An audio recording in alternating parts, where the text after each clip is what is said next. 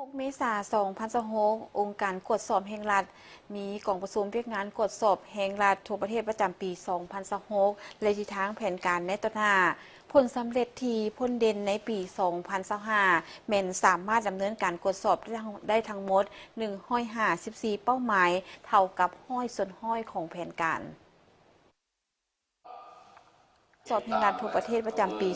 2026โดยการเป็นประธานของทานเวียงทวีสรเทพจันทร์ประธานองค์การกวดสอบแห่งรัฐมีบรรดาทานรองประธาน องค์การกวดสอบแห่งรัฐขณะนำองค์การกวดสอบประจำภาคขณะนำพนักงานนักกวดสอบทั้งศูนย์กลางและท้องถิ่นเข้าร่วมท่านแสงเพชรศรีหาวงศ์หัวหน้ากลุ่มประเมินคุณภาพการกวดสอบได้รายงานบทสรุปการเคลื่อนไหวเรียกงานประจำปี 2025ที่ทางแผนการปี 2026ผลสำเร็จที่พ้นเด่นในปี 2025แม่นสามารถดำเนินการกวดสอบได้ทั้งหมด154เป้าหมายเท่ากับห้อยส่วนห้อยของแผนการผ่านการกดสอบและสุบยู่การแก้ไขสามารถเก็บกู้รายหับมอบคืนงบประมาณแห่งรัฐ 5,300 กว่าตื้อกีบและ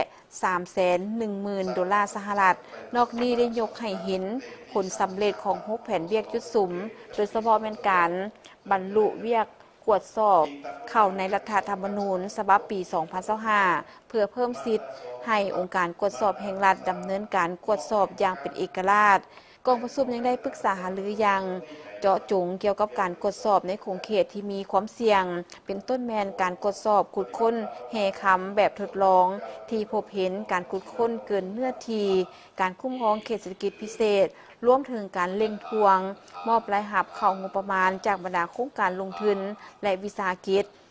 ท่านประธาน